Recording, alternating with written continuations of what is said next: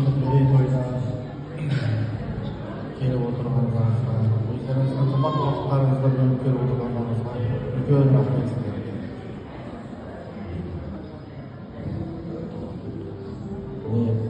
Осы біздің қожалық болуымызға себепші осы екі анашым. Енді осы екі анашымды баяғыдан бері бір арман етіп жүрген ойларым бар еді.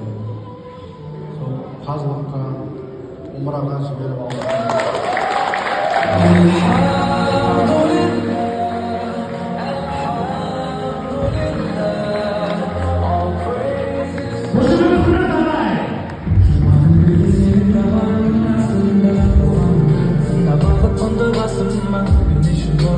Байлығымсың